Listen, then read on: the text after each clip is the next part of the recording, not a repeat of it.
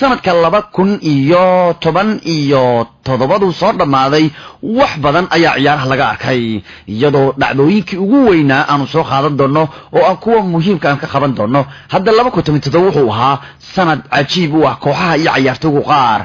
ninka Messi yiraahdo ayaa uu ahaa sanadka ka sanad u cajiibsan isagoo marna fanaanada ku taagay garoonka Santiago Bernabeu kuna dabaaldegay iyo mar kale oo uu hadda dabaaldeg weyn ku sameeyay Santiago ayaan tan isagu wuu jecel yahay kuwa kaayo Santiago Bernabeu laba ciyaarood oo isku xiga ayuu Messi 10 ugu dhigaya kuwii Madrid ahaa marna fanaanadiisa ku taagay maalin dhaweedna taageerayaasha ku hor dabaaldegayo Leo waxa lagu xasuustaa in uu ku gaaray Madrid sanadka kan 2017 goolkiisii 500 ee kooxda kubadda cagta ee Barcelona waliba waxa uu ninka kan yahay taariikhda ninka ugu goolasha badan Clasico isagoo Real Madrid taabtay shabaqeedu 25 jeer waliba waxyaabihii sanadka la bartay Messi marka la fiiriyo waxa la xasuustaa dhacdadii uu ku soo saaray koobka adduunka markii Argentina ay qatar ka gashay ciyaaraha markaasuu ninka kan Messi habeenkii ugu dambeeyay wadankiisu ciyaarayay uu 3 gool Messi ku soo saaray wadankiiso oo ay waxay la ciyaarayeen Ecuador Leo ayaana diiday wadankiisu inuu ciyaaruhu ka haro markii ugu horeysay tan iyo 1970kii Leo Messi ayaa 3 gool ku dhaliyay 10 daqiiqadood oo ciyaarta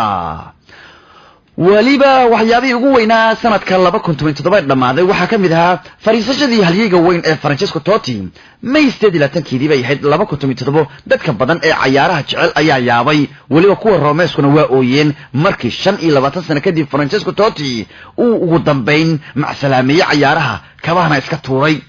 ninka kan ee Charles u ciyaara una ciyaari jiray ayaa Mundialka adduunka ku guuleystay waayihiisa ciyaaraha waqtigiisii Romana iyaga ayuu siiyo xitaa iska diiday dalabkii caanka ahaa ee Madrid ay u dirtay waxay kamid ahayd Totti fariisashadiisu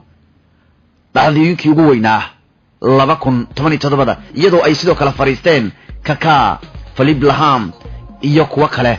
oo waaweyn waliba sanadka 2017 waxa lagu xasuusanaan doonaa Madrid oo taariikh weyn ka gashay ciyaaraha markii Real Madrid 2 sano isku xigta ay ku guuleysteen ciyaarihii Europe ee Champions League way adag tahay wadcigan la taagan yahay oo waqtigan kooxuhu yaryar iyo kuwa weynba ay lacag u badan bixinayaan in 2 jeer isku xigta la qaado koobka Champions League waa dhacdada ugu weyn kooxaha Europe ay ku tartamaan hadda Real Madrid mar bay dhacday in 4 jeer isku xigta ay ku guuleysato ciyaaraha Europe waxay ahayd 1950 laakiin Bayern Munich iyo Ajax ayaa iyana 3 jeer awood u yeeshay in xiriir ay ku guuleystaan ciyaaraha 70-yadii balse AC Milan ayaa ahayd kooxda 2 jeer oo xiriir ku guuleysay koobkan markii ugu dambeysay waqtigii 80-yadii laakiin waqtiga cusub ee magaca Champions League la bixiyay 1992 maanu dhicin koox in 2 sano isku xigta koobkan ay qaado laakiin Madrid ayaa suul daartay kooxda Achusa iyagoo ku dhuftay 4 gool iyo gool ciyaartii ka dhacday Cardiff Ronaldo uu 2 dhaliyay taa ayaa ka dhigtay Madrid inay ku guuleysato 2 sano isku xigta Champions League marka Madridna waxay u ahayd sanadka 2017 sanad weyn waliba 5 koob ay ku guuleysteen sanadkan Ronaldo wuxuu urursaday awalmarinadii oo dhan isagoo xitaa la qaaday kooxda koobkii kooxaha adduunka waliba dhacdooyinkii ugu weynaa sanadda 2017 waxa kamid ah Mohamed Salah oo soo saaray wadankiisii una ka qayb galinaya ciyaaraha koobka adduunka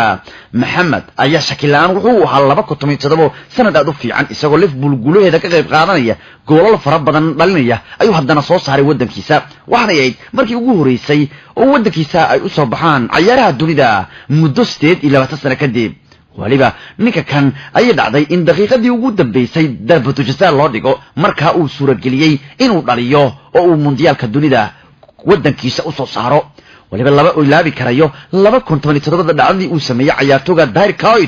Kuyt ayaa geesi noqday markii final uu ka saaciday isagoo qaaro ah ku guuleysiga horyaalka Hadrik uu dhaliyay ayuu ku caawiyay in maalintii ugu dambeysay sanadii hore ay ku qaadaan horyaalka kooxdiisu Kuyt wana finode ciyaartoogii hore Liverpool iyo Netherlands ayaa dhaliyay gool muhiim ah ciyaarta oo ay 3 gool iyo gool kaga adkaadeen Ajax waxayna ciyaarta suuragelisay Feyenoord inay ku guuleystaan horyaalkoodii ugu horeeyay muddo 18 sano kadib Kuyt ayaana mid keenay waliba waxyaabihii kamid ahaa 2007 dhacdooyinkii sportiga waxa kamid ah Iceland iyo Panama oo ah wadamo aan sida loo aqoon ama sida u burburneen ayaa ka qayb galaya markii ugu horeysay abid ciyaaraha dunida koobka adduunka 2008 waxa lagu qabanaya Ruushka balse magacyada laga arkay waxa kamid ah Iceland iyo Panama oo Ruushku lagu arki doono ogow Iceland waa jasiirad dad yar ay joogaan oo gaaraya 330 qof wa 330 oo ruux ayaa ku noolo hadda waxay u soo baxeen ciyaaraha مونديالka dunida waliba Turkiga Croatia Ukraine Panama ayaa iyagu u sura gashay inay u soo baxaan ciyaaraha dunida ee sanadka kan marka Panama iyo Iceland inay noqdaan kuwa ka qayb galaya dunida ina waxay noqotay dhacdooyin la ilaabi karin Ronaldo Cristiano Master Anisabibol ayaa isna uu ahaa sanad fiican 2017 isagu qodima ilaabi kara sanadkan oo wuxuu arursaday abaalmarinadii iyo koobkii ugu badnaa ayuu arursaday ma ilaabi kara lama joojiye wuxuu qabsaday sanadkan hadda 2017 dhacdadii ugu weyneed ee ninka lama joojiye la yiraahdo waxay ahayd inuu soo qabto ninka la yiraahdo Messi waxaan ugu guuleystay markii shanaad xidignimada dunida isagoo bareejeeyay Messi hadda Ronaldo wuxuu ka dhigay Messi haraaga kuma filno ee fadlan hadii aad haysato mid kale ku darso 2018 yani Messi oo ahaa ninka ugu abaalmarinada badan Ballon d'Or marka la fiiriyo muddo dheer ayuu Ronaldo ka dhigay Messi kuma filno haraagaaga markii ugu dambeeyay ee uu qaaday abaalmarinta waxay sanadkan isagoo lagu siiyay taaladii dheereed ee Faransiiska marka waxay u ahayd isagu Ronaldo sanad u muhiimsan laakiin wax weyn waxa uu ahayd inuu soo qabto Messi Ronaldo wuxuu qabsaday shaqo weyn oo ay adag tahay in la qabto maxaa yeelay wuxuu la tartamay wax aanan in badan la tartami karin oo wana Messi gaabo waa nin hibo iyo haybad loo siiyay kamal daariga nin leesdahayay cidna ma qaban karto ayuu soo qabtay lama joojiye wuxuu la tartamay machine nin u eg inuu yahay computer wax loo yeero inuu yahay nin duni kale ka yimid ayuu lama joojiye la tartamay 2017 Unstoppable ma ilaabi karaya isaga dhacdooyinku waa iska badnaayeen oo waliba waxa kamid ahaa 2017 waxaan la xasuustaa Jarmalka oo iska haysta Yurub iyo adduunkuba hadda Jarmalka maalinka Jackson Low ayaa hadda ku guuleystay 2017 ciyaarihii Confederation Cup-ka ee u dhaxeeyay wadamo dhowr hadda waxaan laga yaabay markii uu Low sameeyay inuu ciyaartooygiisa weyn ka tagay sida Mawano Mesut Ozil Toni Kroos Thomas Muller iyo Hummels hadda isagoo ragii weyn ka tagay ayuu wuxuu kala qayb galay ciyaaraha xulal waaweyn oo ciyaartooygoodii wata waxaan ka qabanaynaa Ronaldo iyo xulkiisa baxalida Portugal Sanchez iyo xulkiisa Chile iyo wadamo kale oo isweeyay joogay laakiin Low wuxuu safay dhalinyaro yar